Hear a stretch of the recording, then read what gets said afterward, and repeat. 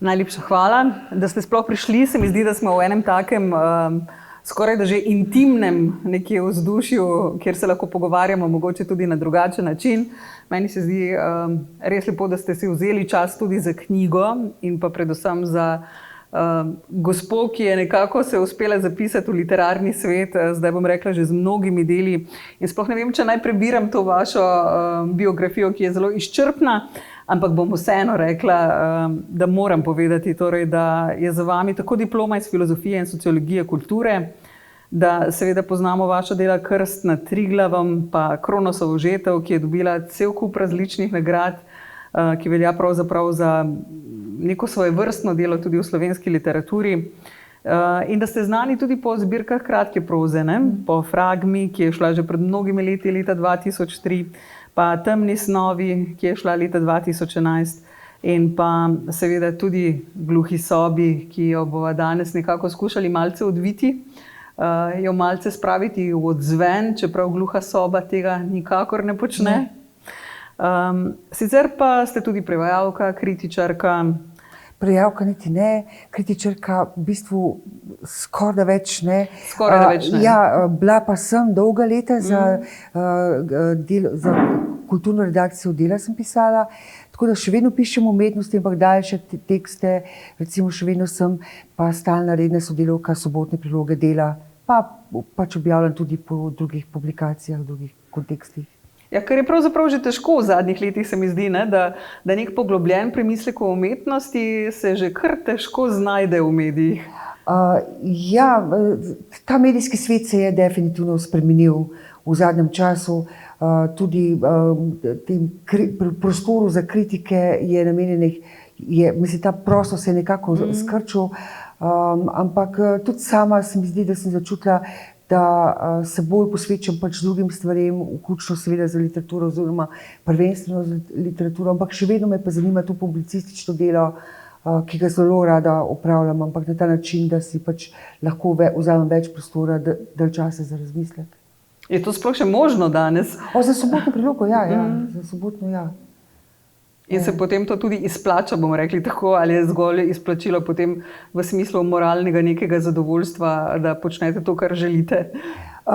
Mislim, to je zdaj odvisno od človeka in njegovih potreb in njegove predstave, kako ne bi se pač živelo. No? Ampak jaz si sama izbiram teme in jih potem predlagam uredniku in ponavadi se vedno uskladiva, ker mi je to vedno izziv. Mislim, vedno želim bodisi predstaviti temo, ki jo prepoznam, da je pomembna in zanimiva za širše bralce in bralke, bodisi, da mene osebno tako zelo močno nagovori, pa jo potem prav tako želim nekako na ta način predstaviti, da vznemiri tudi druge, ki pač preberejo oziroma se soočijo z njo. Ja, vedno mora ostati nekaj za tem, kar je napisano, se mi zdi pri vas, ne? In vedno obvisi tudi kak premislek. Zdaj ste dobro napovedali pravzaprav tudi Gluho sobo, o kateri bomo danes govorili, ker se mi zdi, da je nekako res povezana s tem prostorom in časom, kjer smo. Vsaj sama sem jo doživela tako med branjem teh kratkih zgodb, zdaj ne vem, koliko že imamo takih tu, ki so jo že imeli v rokah. Samo zbirko Nekaj vas je, ja. In zbirka, bom rekla, tako res dobesedno nagovarja čas. In zato me zanima, kako je nastajala. Kaj se je v bistvu dogajalo z vami takrat in kdaj je bil ta prostor in čas, ko je Gluha soba začela odzvanjati v vas? Ideje so se pojavile v zelo različnih obdobjih. Recimo prva zgodba Mehiko v Mehiko, ki je pripovedovana iz perspektive bankovca za 500 mehiških pesosov. Ta ideja se mi je sprožila pred 10 leti, ko sem predstavljala prevod Temne snovi, Materia oscura v Mehiki. In to je bil, mislim, to je bil moj drugi obisk Mehike, doživela sem ga zelo intenzivno in tam je ena taka majčkana epizodica, kjer ena ženska pomotoma da bankovc za 500 pesosov in to sem na noč jaz. Jaz se takrat nisem tako zelo zasekirala, ker sem zamenjala pač to v denar, ne nazadnje, šlo takrat za nekih 20, 25 ali 30 evrov. ampak bolj zato, da pač se bom morala navaditi nositi, uporabljati očala. To je bilo pač obdobje navajanja očal, ne. Ampak to je pač ta avtobiografski moment, ki je pravzaprav nepomemben. Pomembno pa je bilo vse to, kar se je pač takrat v Mehiki in tudi sicer po svetu dogajalo in se dogaja še danes, ne.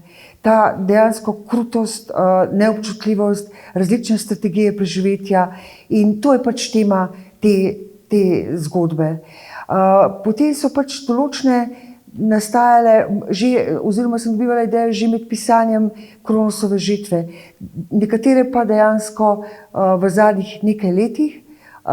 Živeti z Erikom, čisto zadnja, pa mi je tako rekoč skoraj ne pred izdajo knjige, preden sem jo oddala, rokopis, se mi pojavila in takrat sem rekla, da ta absolutno mora iti v knjigo.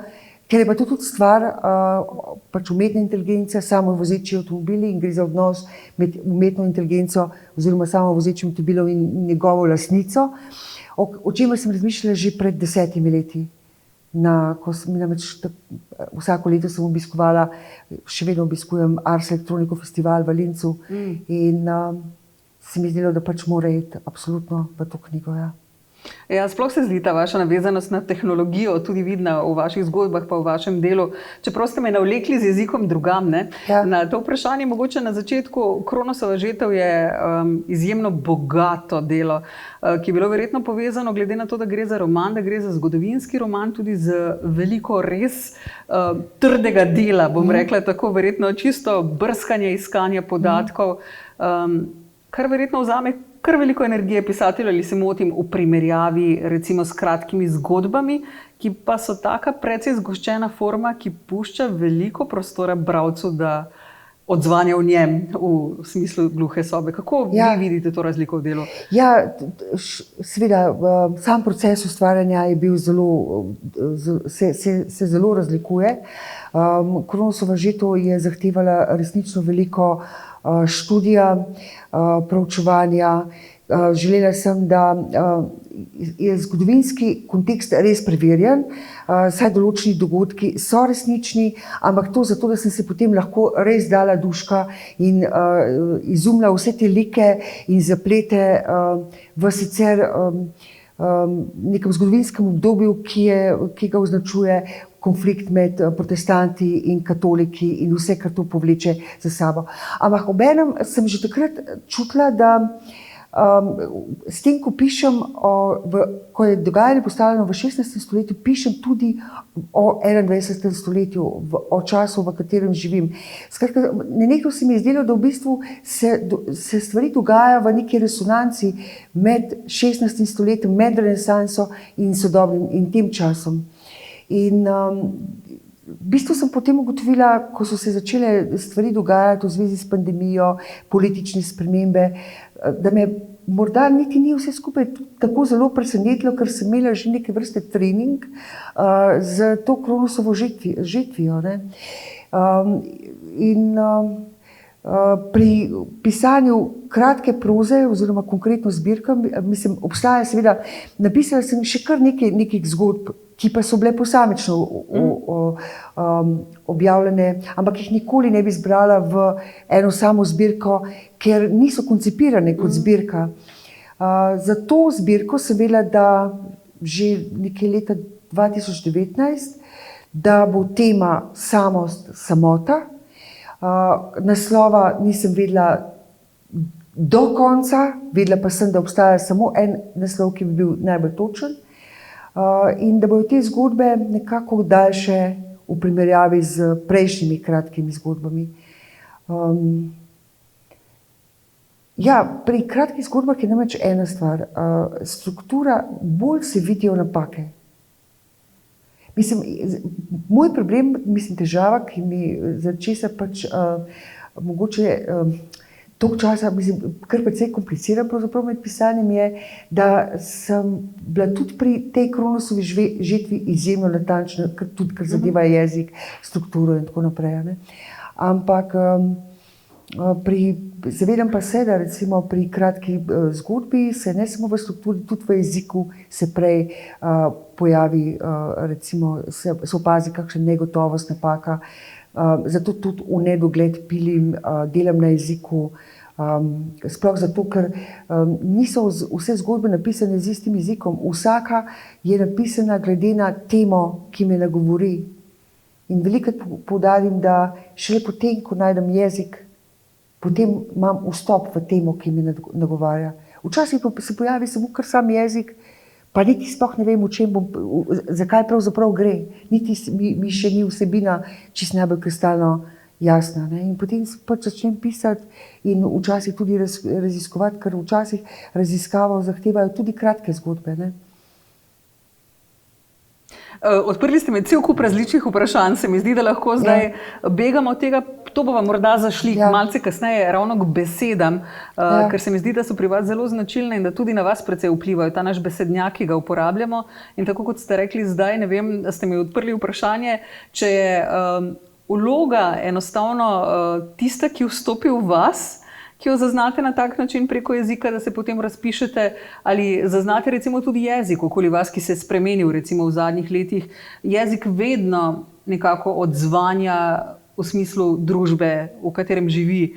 In v nekem intervjuju sem zasledila, da so vas človeški viri prevzeli pri pisanju tudi, ne, torej ta besedna zveza in pa vse to, kar uporabljamo, besednjak, ki je nekako postal dehumaniziran v vseh oblikah, ne, ko raje uporabljamo zato, da ne čutimo bolečine, besede, ki so oddaljene, toge, migracije, tehnične, kjer postajamo vse drugo kot to, kar smo.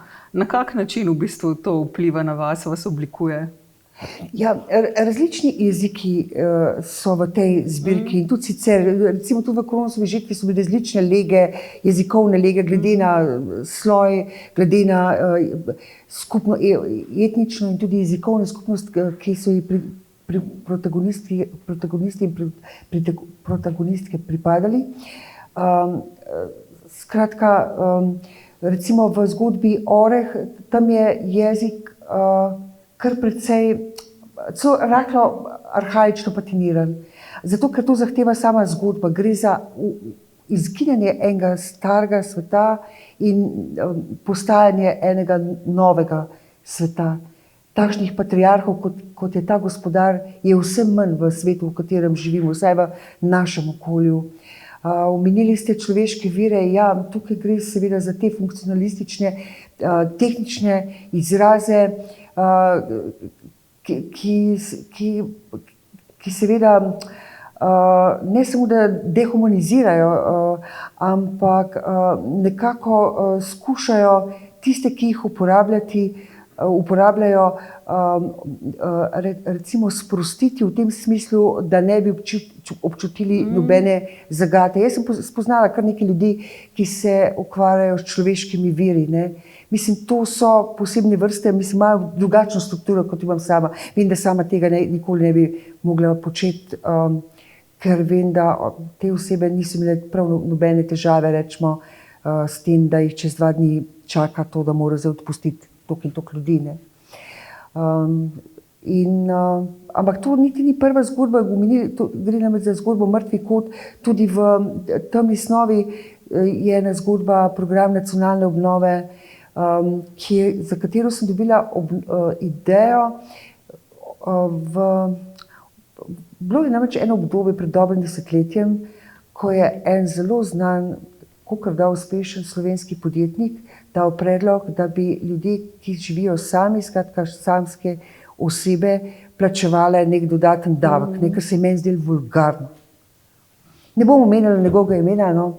Mislim, še vedno se pač pojavlja v medijih in velja res za naduspešnega, čeprav, kolikor vem, je zelo dobro pač državno subvencioniran.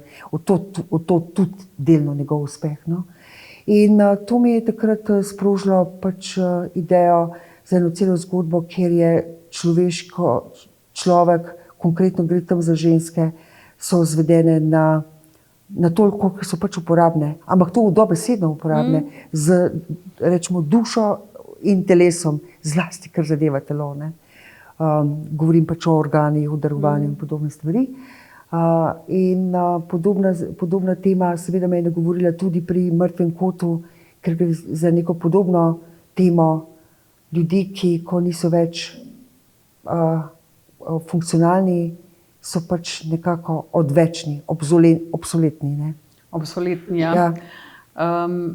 Upam, da sledite samemu pogovoru v smislu kratkih zgodb, torej v sami knjigi Gluha soba, če se morda vrneva na začetek.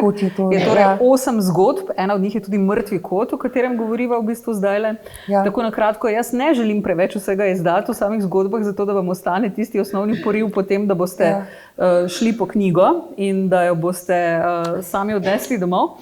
Ampak moram se povrniti nazaj v tem smislu, da Gluha soba, recimo, ko sem jo brala, jaz nisem imela občutka, da bi nastala pred 10 leti, torej vsaj kakšen del zasnova ali kakorkoli, se mi zdi, da je zelo aktualna. Ne? Se ste rekli, da ste jo pisali še zdaj, to razumem. Ampak v bistvu me zanima nekaj drugega. Kdo je že rekel kdaj, da obstaja neka posebna senzibiliteta umetnikov, piscev, pisateljev, ki znajo nekako začutiti, kadar se družba začne spreminjati in v katero smer gre?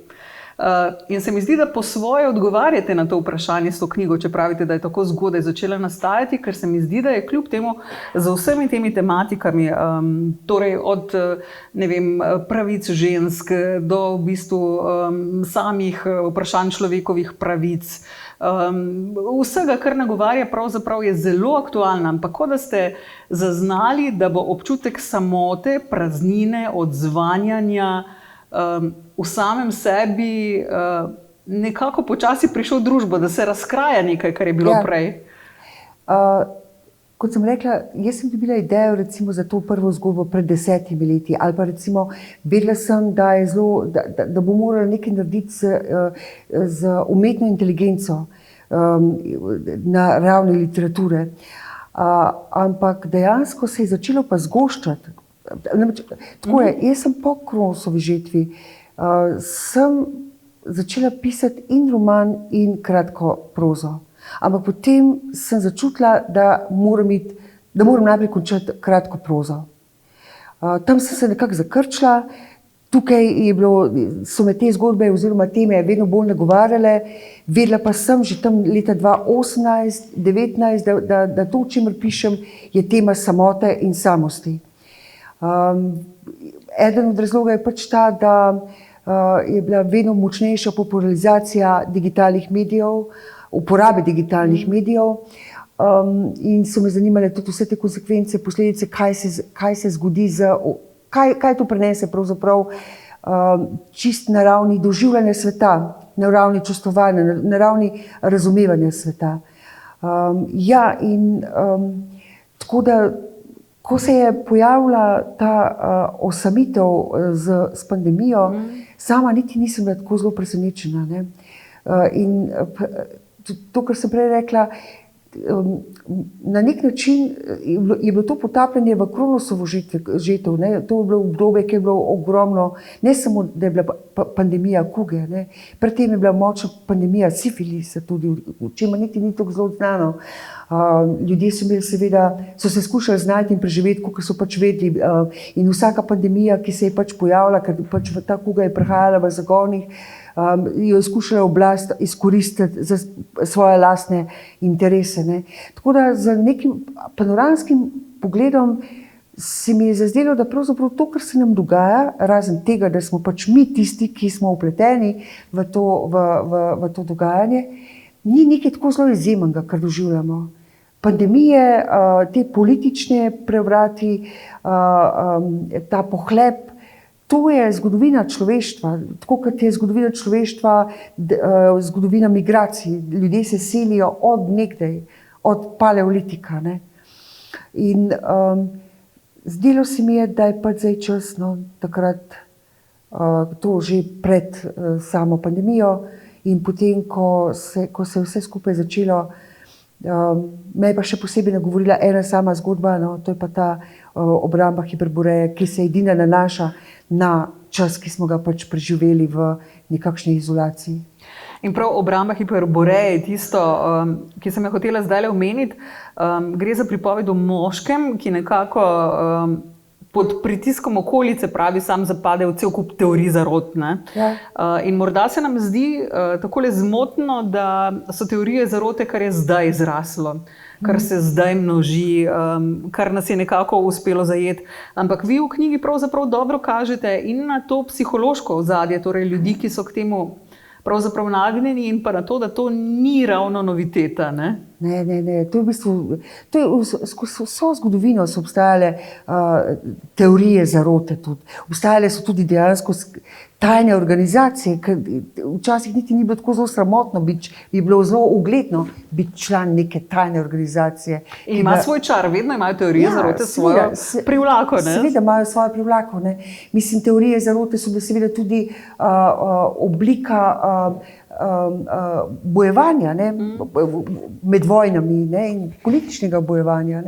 Seveda, teorije zarote so se pa lahko razpredle in razširile zaradi digitalne tehnologije. Danes je to seveda mnogo bolj razširjeno.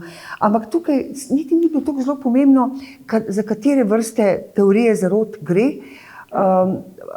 Jaz jih nisem spremljala pravzaprav med samo pandemijo, jih poznam že odprej. Vsi ti kuščari in podobno, ki so pač v kar on verjame. Bolj me je zanimalo to na samem začetku pandemije in sicer kako bo to obdobje, popolnoma jasno mi je bilo, da to ne bo trajalo ne 2 tedna, ne 2 meseca. Pač virusi imajo svojo dinamiko, to traja tam 3-4 leta, dokler se s človekom nekako ne sporazumete in začnete sobivati. Najbolj me je zanimalo to, kako bodo ljudje, ki so prej živeli, dotlej živeli dvojna, trojna življenja, kakšne strategije bodo uporabili, da bodo v bistvu še naprej skušali, da bodo nekako še naprej lahko živeli na podoben način, kot so. To je verjetno tisto, kjer se je prvo pokazalo, nekje v teh intimnih družinskih razmerah. In ena stvar je, jasno mi je bilo, da se bo povečala stopnja nasilja. Zato, ker obsojenost na to neposredno bližino, brez možnosti, da človek malo zadiha. In to je bilo seveda, to dvoje sem kar lahko predvidevala vnaprej. In posebej sem pa izbrala lik, ki živi dvojno življenje, ne da bi si pravzaprav to svojo identiteto v resnici sploh priznal. On skriva to pred samim sabo, oziroma ne skriva, ampak utajuje.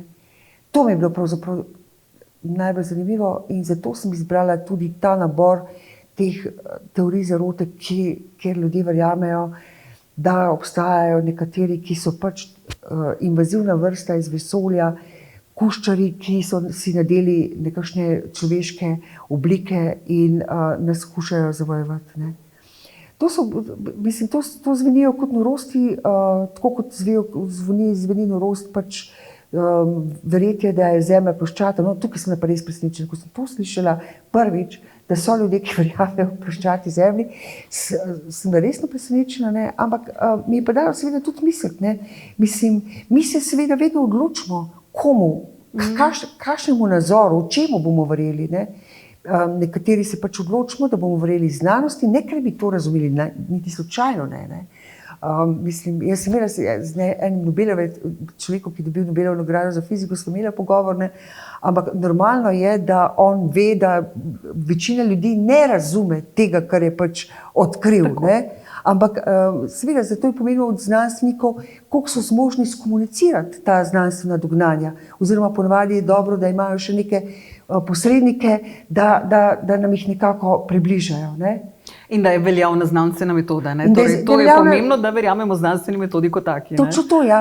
Zdaj nekateri, ni to tako črno-belo, ker mnogi, bom rekla, ne samo nekateri, tudi v teh znanstvenih krogih so podvomili, ampak to zelo pametni ljudje, so podvomili v to, kaj se pravzaprav dogaja v sam virus, ne da ne obstaja, ampak v njegovo zločestost oziroma nevarnost. Ne.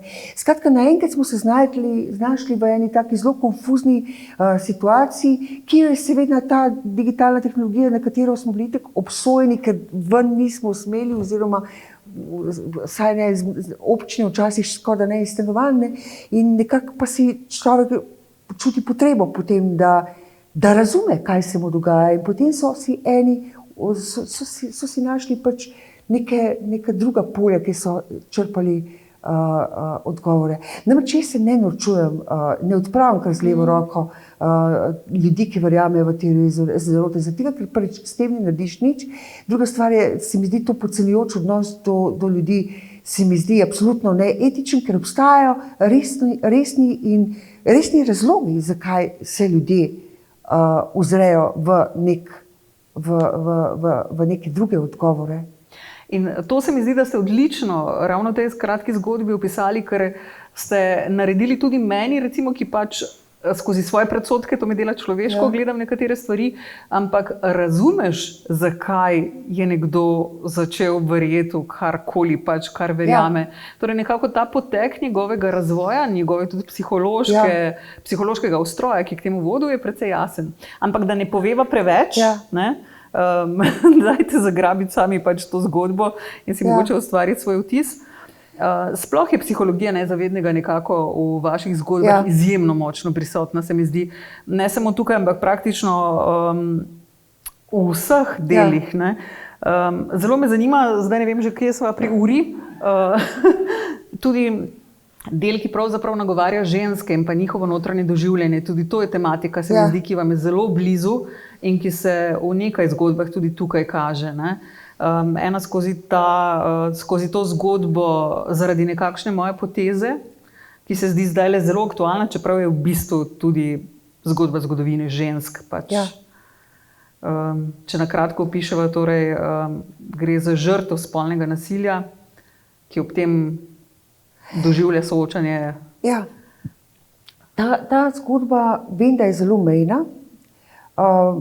Zelo sem previdna, kako sem se jo lotevala, zlasti zaradi njenega konca, ker vem, da sproži pač etične pomisleke, ali je pravilno to, kar je kriminalistka storila. No? Ne bomo povedali, prosim, ostaniva. Ne bomo povedali, ne. No, ampak skratka, zakaj me je zanimalo? Zanimalo me je to, ponavadi se pač kriminalke končajo z razrešitvijo, ne sicer vedno, ampak z razrešitvijo nekega določenega problema, primera in podobno. Mene pa je zanimalo, kako potem oseba, ki izkusi eno tako zelo radikalno izkušnjo in ima srečo, da jo preživi, kako potem živi naprej. Ampak ne gre samo za to, kar se je zgodilo njej. Tudi pravzaprav, če se nam zgodi nam ali pa nam bližnjim, kakšna zelo tragična izkušnja, takrat dobimo občutek, da se ne bomo mogli več živeti naprej. In to nas lahko kar nekaj časa rečemo krči ali pa nekako zaustavlja in je res potreben čas in če se le da še kak človek, ki s pravilnim pristopom, da se začnemo postopoma premikati in živeti naprej. Pri tej zgodbi me je zanimalo dvoje in sicer, gre za dvoje. Tukaj glavna lika sta dve ženski, pač žrtev, ki preživi, in kriminalistka. In zanima me ta njun odnos, ker se počasi začne v bistvu odpirati. Namreč ta žrtev ima nenehno občutek, da ji ta kriminalistka nečesa noče povedati. Zdaj ne ve čisto točno, a ker ji noče, ali ker ji ne more, ali kakorkoli že. Poleg tega je pa še ena pomembna raven, da tej žrtvi sproži nek dogodek, ki se je zgodil očitno v daljni preteklosti, verjetno v otroštvu, ki si ga ne spominja, ampak se odstrejo ta vrata. In nekaj podobno izkušnjo ima tudi kriminalistka. Ona pa se spomni tega, tako nekako lahko razumemo in je tudi to razlog, da se je odločila za ta poklic. V tej zgodbi seveda me je zanimalo tudi, kako se potem ljudje oziroma sama družba obnaša do žrtev. Namreč ta oseba ostane pravzaprav zelo sama, samo njeni najbližji ji nekako stojijo ob strani oziroma jo obiskujejo, predvsem pa se ona absolutno zapre v to svojo gluho sobo, ker se preprosto ne upa več ven. Naslov sem dala zaradi nekakšne moje poteze, namreč ona te osebe ni poznala in nenehno je pač ta občutek krivde in seveda spraševanja, kaj je bilo tisto na meni, za česa se je izbral prav mene. Ne? Oziroma, če bi šla recimo po neki drugi poti, če bi ubrala mislim, to so vprašanja, na katera pravzaprav ne obstajajo odgovori, ne? Ampak ponavadi se žrtvam ti odgovori sprožijo in se jim nenehno ponavljajo. In seveda še napačen pristop teh tako imenovanih terapevtov, stigmatizacije družbe in seveda še nekaj, in to je strah vseh tistih, ki so se v njej odmaknili, ker se mi zdi, da je to neka taka animistična poteza v nas samih, da imamo občutek in strah, da se bomo te groze oziroma te žalosti in tragedije nalezli. Ne? Tega ljudje ne naredijo namerno, ne? Ampak se umaknejo, ker jih je enostavno preveč strah. To bi bilo zanimivo res poizvedeti potem, ali to nekaj pradavnega v nas, ker je res dobesedno se začne dogajati to, da se ljudje umikajo se, ja. Ob takih strašljivih dogodkih. Ne? Ja. Ali kakšen vpliv ima tukaj družba, enostavno tudi svojo stigmatizacijo? Ja, zato so pomembni rituali. Ne? Zato so pomembni, ker to so neke formalnosti, ki rečemo, kaj se vem, ko nekdo umre, je pomemben pač ritual izrekanja sožalnic, pisanja sožalnic, vsaj jaz to verjamem. In potem pogreb, in potem samo in pol razne ostale stvari. Samo problem je v tem, da ljudje potem v takih kontekstih ti rečejo, če boš kaj potrebovala, pa poklič. Mislim, ljudje ne vejo, da ko si v najhujši stiski, bodi si, da pač ko ti nekdo umre, bodi si v taki situaciji, ko je ta ženska, da nimaš moči včasih, oziroma velikokrat, da bi vprašal oziroma da bi prosil, da enostavno nimaš besed. No? In da je pomembno takrat biti zraven, ne? Ja, pa tudi samo biti. Sam biti, ja. Ja. To, ja. Ta neka prisotnost, kar je pač tisto, kar v bistvu gluha soba nagovarja, ne? Da smo dostikrat sami. In to je vsaj zame.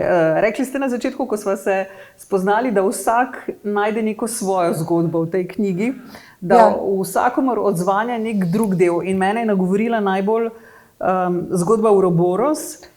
Nekako se mi zdi, da je tudi zelo zajela ta koncept gluhe sobe, ko tudi spregovorijo pohištvo, radiatorji, stene. Gluha soba, saj verjetno veste, vam tega ne rabim razlagati, ne? Gluha soba, boste vi povedali na kratko? Ja, to je anehogena soba. Pri gluhi sobi, to je pač ljudski izraz, ne gre samo za to, da zvoki ne prihajajo v ta prostor.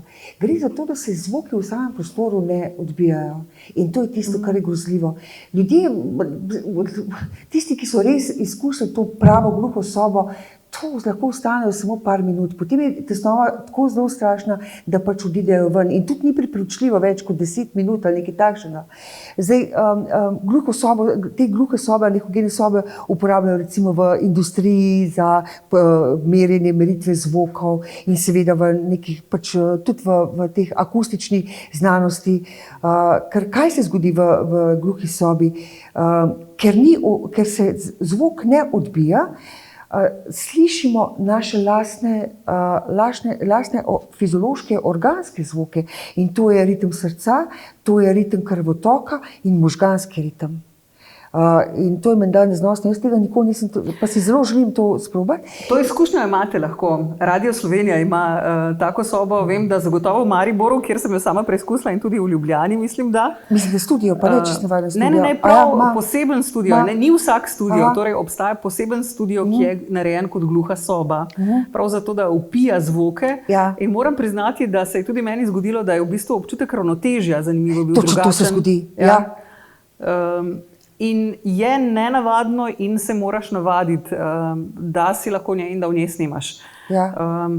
No, ampak to se mi zdi ravno to odzvanjanje in to, po drugi strani to, kar ste omenili, v bistvu še toliko bolj, da se zvok upija in ne prihaja nazaj. In tukaj tudi stene v tej zgodbi Uroboros upijajo, vsaj tako sem jaz občutila, misli ženske, ki skuša zaživeti potem, ko je odšla iz odnosa, nekako v mojih srednjih letih, ki več ni bil to, kar bi moral biti. In vse, kar se dogaja v zvezi s samostjo, kar se dogaja s tem, kar počnemo sami sebi, konec koncev, začne v tej gluhi sobi vseeno odmevati na glas. Prej smo se pogovarjali, boste vi prebrali delček te zgodbe? Lahko. Se vam zdi smiselno še zdaj to? Ja, z velikim veseljem. Z velikim veseljem. To je kratek odlomek, potem že proti koncu. Namreč ona, tako kot je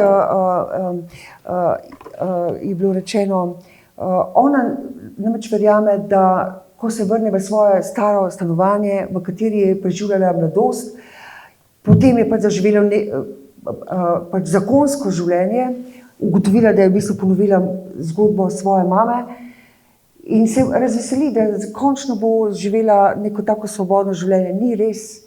Tam jo pričakajo vse tiste stvari, za katere je verjela, da jim je ušla. Pa ne samo, ko je bila stara 20 let. Začne se spominjati stvari, ko je bila še kot otrok.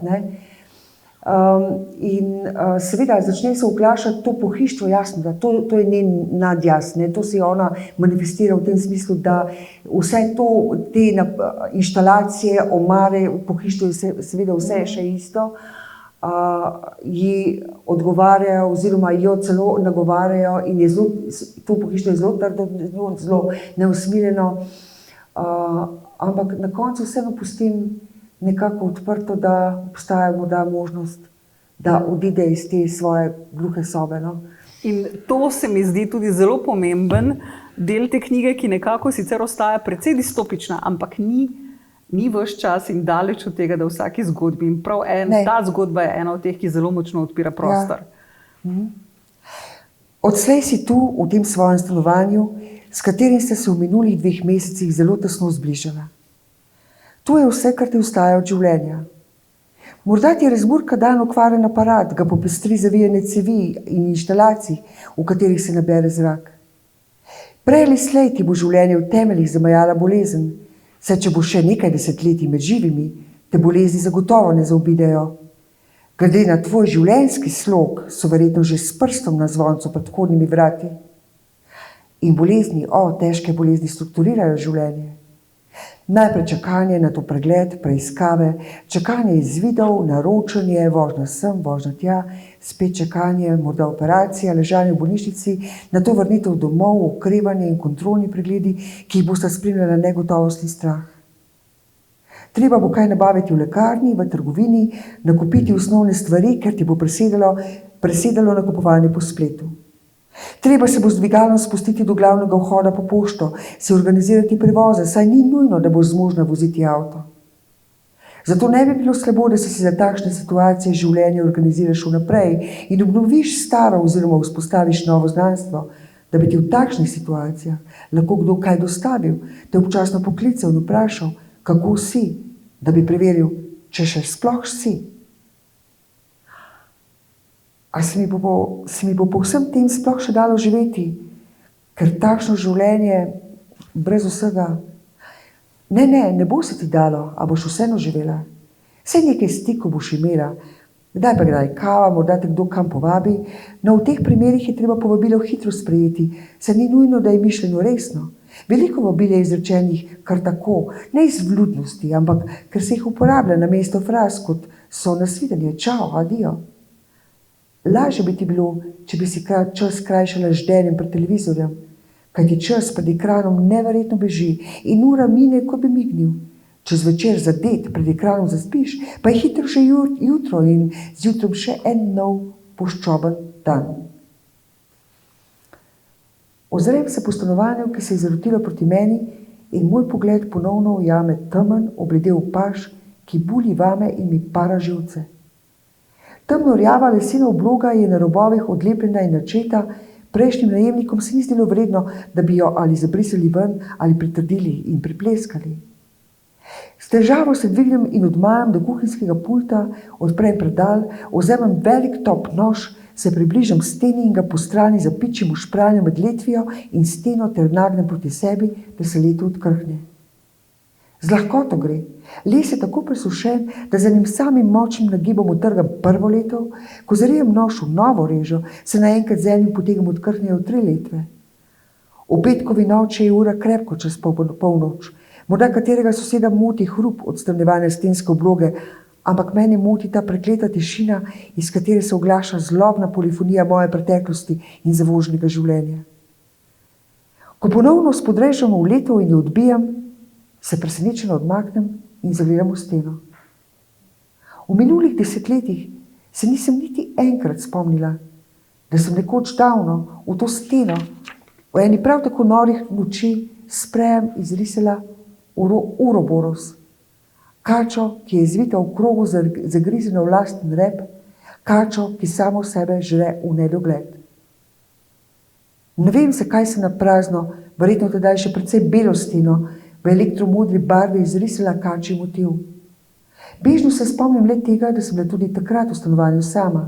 V obledelem spominju je medla sled, da sem tistega večera nekoga zaman čakala. Sčasoma sem se kače verjetno navadila in je nisem več opazila. Po selitvi v ono hišo pa sem na podobo, ki so jo najemniki prekrili stensko oblogo, povsem pozabila. Ko stojim pred steno, se mi zdi, da gledam v ogledalo, da se gledam v ogledalu. Uroboros, ki žre in zastruplja samo sebe. Uroboros, ki v krču zvita ponavlja napako za napako, padce za spodrsljaji. Zloben urok, ki desetletja seka pod površino, me unesrečuje in po kosih ubija. Tej zajebani kači je treba iz gobca izpuliti rep in razčestiti glavo.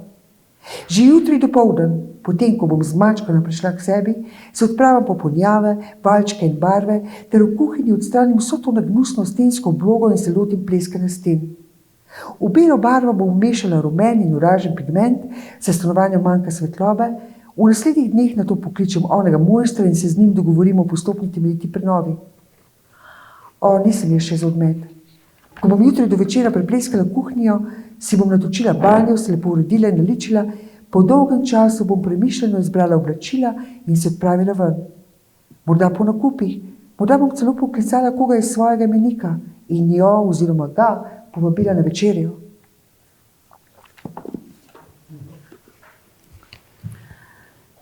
Ne bom končala v zgodbi.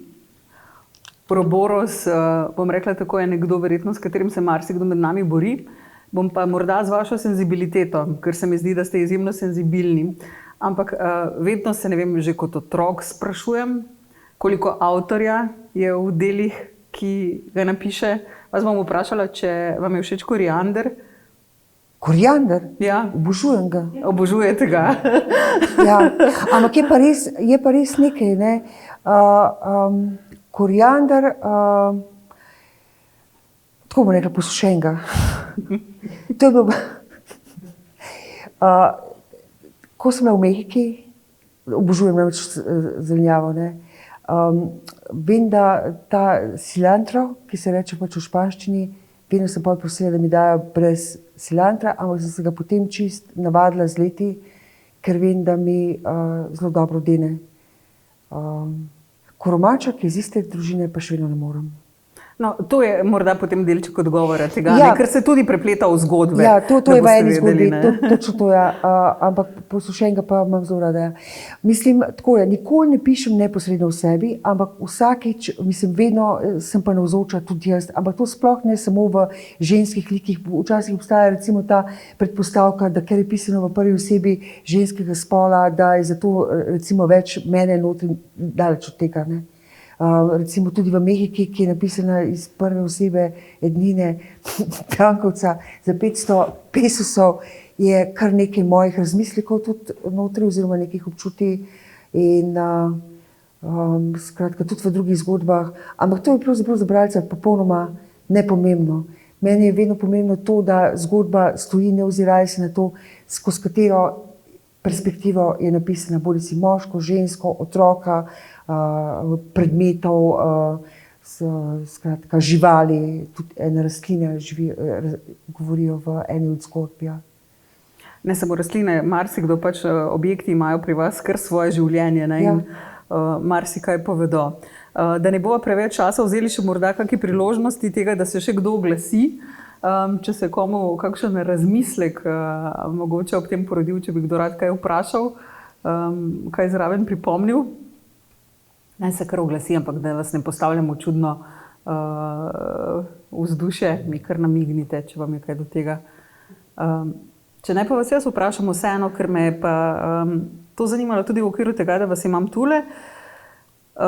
Včasih se zgodi, da avtorji niso prijetne osebe, recimo tako kot ste vi, tako, ali pa da se morda s čim ne strinjamo z njimi. Ne? Tukaj imamo v mislih recimo v tem primeru, če govorimo o pisateljevanju Handke, ki pač je znan po svojih ekstremnih stališčih. Kako vi gledate na to, kje je ločnica med avtorjem in pa njegovim delom? Ali lahko kot bralec recimo uživamo v delih nekega pisatelja, kljub temu, da nam kot človek ni všeč? Lahko. To sem prepričana. Mislim, da se ne gre zanašati na to, da če je ena umetnina ali pa literatura izvrstna ali pa če uživamo v njej, da se je vredno s to osebo tudi srečati. Daleč od tega, jaz to zelo ločem. No. Zelo ločem. Tudi sama sem delala intervjuje z umetniki in natanko tako, kot ste pač povedali, včasih je bila izjemno prijetna oseba, pa je bilo zelo šibko recimo delo, ker sem ga pač videla, in tudi obratno. Ne. Ampak to pač, če to delaš profesionalno, ni toliko zelo pomembno. No. Ampak za Handkeja ja, sem slišala, jaz ga osebno ne poznam, da je izjemno prijetna oseba, no, da ima sicer tudi svoje momente in je pa predvsem zelo kompleksna. No. Vem, da me je nekdo nekoč vprašal po Nobelovi nagradi, vedno je par ljudi vprašalo, Mojca, a si brala mogoče kaj Handkeja, Žalost, onkraj san? Sem rekla, ja, odlična knjiga je, ki je prevedla tudi odličen prevod Amalije Maček. To je krajše delo, v katerem Handke piše zgodbo svoje matere. Ne. Mene se je strašno dotaknila. Ne. In sem videla, da ljudje imajo prav slabo vest, ker jih je to delo tako zelo nagovorilo. Ne. Ampak pač ljudje smo kompleksni in recimo Handke je zelo kompleksen. Seveda, te stvari, ki jih je govoril v Balkanu, so absolutno netočne in skratka se nikakor ne gre, mislim, jaz se absolutno ne morem z njimi strinjati. Ne. Ampak sem pa prav razmišljala, recimo, no, to ni toliko pomembno. Skratka, lahko uživamo v delu enega pisatelja ali pa pisateljice, pa recimo nam je kot oseba neprijeten oziroma odbijajoč, kakorkoli že, ali pa se z njim stališči glede sveta oziroma česarkoli ne strinjamo. Ne, na to se ne gre zanašati, da se tukaj stvari prekrivajo. To je dobro slišati, včasih se mi zdi tudi od koga, zato da se mogoče te naše notranje misli lahko potem odsevajo vseeno v kom in da niso v gluhi sobi, torej da se ne vpijajo v nič. Jaz bom na tej točki mogoče stvari prepustila. Ja, kar povejte? Ja. A po vašem obstaje, a moramo ločevati med žensko in moško literaturo? Jaz se zdi, da imamo en kaos, ali pa protujoče te smeri. Po eni strani se seveda borimo za enakopravnost in enakovrednost spolov, po drugi strani spodbujamo, da je treba več žensk nagrajevati. Če gledamo, ne vem, statistike raznih nagrad, Prešernovih in tako dalje, se povečuje število žensk, se pravi ta pritisk uspešen. Potem imamo ekstra nagrada Mira za žensko literaturo. Kaj je po vašem? Je to sploh prav, da ločujemo? Po eni strani zanikamo, ne, če... Vem, kaj mislite vprašati, ja. Jaz bi samo ponovila, ker nisem dala mikrofona, da se bo slišalo še na posnetku. Torej, ali lahko ločujemo med moško in žensko literaturo, na kratko je vprašanje. Ja, jaz mislim, da ne. Je pa nujno, da se spodbuja avtorice. Ker recimo v 80-ih letih, ne, ko so bile zelo mlada, takrat so bili, mislim, literarni svet je bil absolutno moški fevd. Sem hotela ravno pripomniti, da tudi v 90-ih, ko so vaše prve nagrade začele padati, se mi zdi, da ste bili izjema. Takrat še niso padali nagrade. Ampak prve omembe, kjer je bilo jasno, da se vi postavljate nekje v literarnem svetu. To je bil Kristal Vilenice, ja, to je za zgodbo Pod gladino. To je bilo čisto na začetku, tam, mislim, na začetku, niti ne več v naslednjem desetletju. Sama nikoli nisem razumela, kaj je to ženska pisava. Nisem se nikdar prepoznala v ženski pisavi. Vem pa, da kot ženska se zavedam družbe in umeščenosti spola, ampak ne samo svojega lastnega spola. Mislim, velikokrat pišem tudi, so moje liki, rečemo tudi, zdaj je to mnogo bolj širši pojem, recimo te LGBT, ne, ampak pa ne zato, ker bi bila to moja identiteta, ampak ker prepoznam tudi njihovo umeščenost v družbo. Ne. In tudi verjamem, da lahko ljudje ne ozirajo. Mislim, ta zgodba je pravzaprav dosti komplicirana. Ne. Recimo, obstaja namreč mnenje, da ljudje, ki ne pripadajo določeni skupnosti, da skoraj ne morejo pisati zdaj o tej skupnosti. Ne. To se mi zdi absolutno noro in nedopustno. Ne. Mislim, to je tako, mislim, se ni nujno, da vse izkusiš, kar pišeš. Se lahko v bistvu na neposredni ravni, se lahko prepoznaš. Ne. Se so si stvari na neki strukturni ravni tudi zelo podobne. Ne. Tako da, ko ste omenili Prešernovo nagrado Prešernovega sklada, mislim, da s to komisijo je manj žensk spet, ne, s to ekipo mislim, da bo še 2 leti.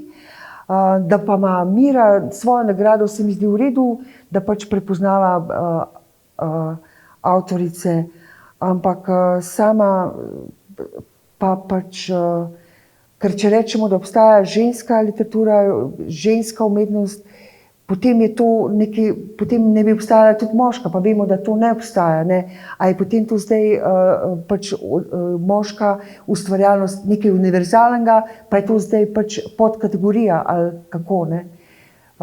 Ampak zato, da se je sploh začelo upoštevati avtorice, je bil kar precejšen napor. Ne? Sem rekla, pač v 80-ih letih samo par avtoric je bilo na področju literature, nič kaj dosti boljš ni bilo na drugih področjih umetnosti pri nas.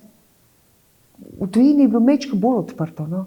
Tako da recimo šele 20, 30, 25 let, no, da se je začel ta prostor nekako razpirati za različne poetike in vsebine. Ne? Ste zadovoljni z odgovorom? Vam jaz zdaj mogoče mikrofon, bo to še... Mene ta prispodoba Gre Saber se mi je kar dotaknila. Tako razmišljam, te prispodobe, ki jih jemljete, tudi lepo ste to pisali, mislim, to prebrati še. Kaj bo recimo prispodoba Temne snovi, ste to bilo uporabila? Kaj pa to za vas predstavlja? Ja. V pozničnem smislu, če lahko jaz pač kot fizik. Ste fizik, ja.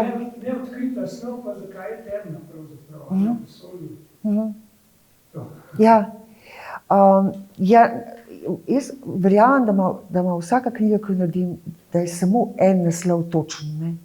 In potem, ko me že zelo preganjajo uredniki, da imam, ponavadi se vedno enega zmislim tako, da jim dam delovni naslov, da jih malo pomirim.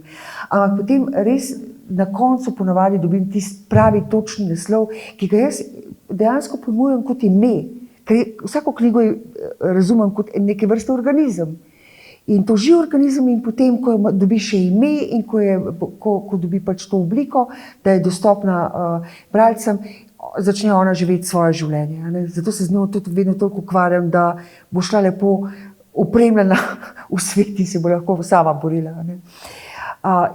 Pri Temni snovi sem pa, mislim, pri teh zgodbah sem pa razmišljala, kaj bi jih povezovalo. Ne?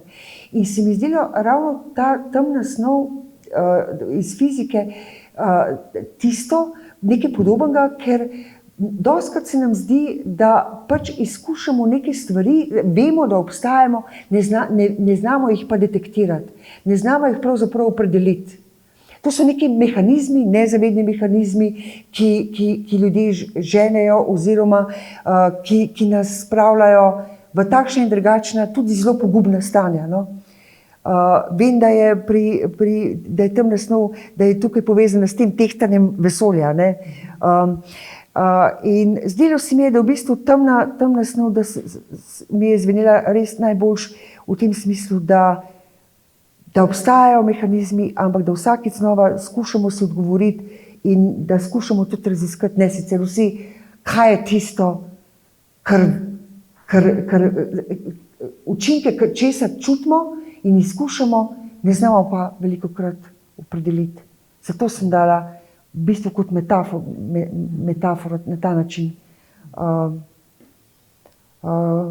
Ja, tudi pri Kronosovi žetvi, grozljivo, mislim, da en dan pred rokom sem potem našla, samo en premik sem naredila in si se rekla, ja, to je to, ne, Kronos skozi čas, Bog časa, ja.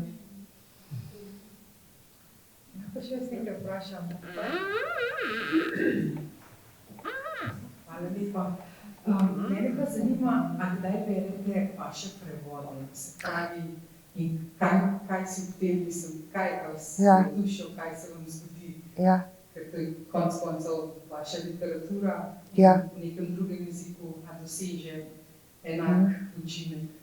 Meni so prevodi so mi zelo pomembni in izjemno rada sodelujem tudi s prevajalci. Imam srečo, da imam 3, lahko rečem, kar moje prevajalce, mislim, seveda prevajajo tudi druge avtorje, ne, pokojne in še živeče, ampak smo navezali res odličen stik.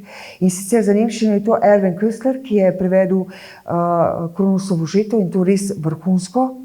In je potem dobil tudi to nagrado Fabiana Hafnerja za najboljši prevod iz slovenščine v nemščino. To je dobil leta 2020, letos je šele podelitev za teh epidemij. Potem je to Ana Ristovič, to je prevajalka v srbščino in Rowley Grau, prevajalec v angleščino. Z vsakim od njih mi je zelo zanimivo sodelovanje, zato ker od vseh bralcev so odlični prevajalci, najbolj natančni bralci. In lahko mi verjamete, da še vedno najdejo kakšno malo napako, ne, ali pa me vprašajo, kako si pa to mislila in podobno. Ne. In sodelujemo vedno tako, da mi pošiljajo vprašanja, jaz jim pojasnjujem in potem tudi vsakega od teh prevodov sem šla jaz potem brati, ne, angleščino in srbščino, seveda pač veliko lažje kot z nemščino, ampak sem tudi nemščino šla prebrati in mislim, da je to, imam res izjemno srečo, no, da smo se nekako odkrili, da smo se našli in ker so potem tudi odzivi bili na te prevode vedno izvrstni, ampak to, če sam vidiš, no, ko z njimi delaš. Nažalost pa recimo, dobro, za španski prevod sem tudi imela 100 prevajalka, ki živi, tedaj je živela v Argentini, sicer je to v mehiški dialekt predstavljen, ker je pri mehiški založbi šla, Materia Oscura. Zelo sem pripravljena veliko vložitno v delo s prevajalcem, ker vem, da prevajalec ti lahko dela v nič, lahko ti ga pa prevede, seveda ni čisto vsake stvari možno prevesti dobesedno, ampak se za to gre. Ker se prevaja kultura, prevaja se v bistvu avtorjev jezik, prevaja se jezik, v katerem piše. Tako da jaz odlične prevajalce zelo spoštujem, tudi tiste, ki prevajajo v slovenščino. Ja. Ja.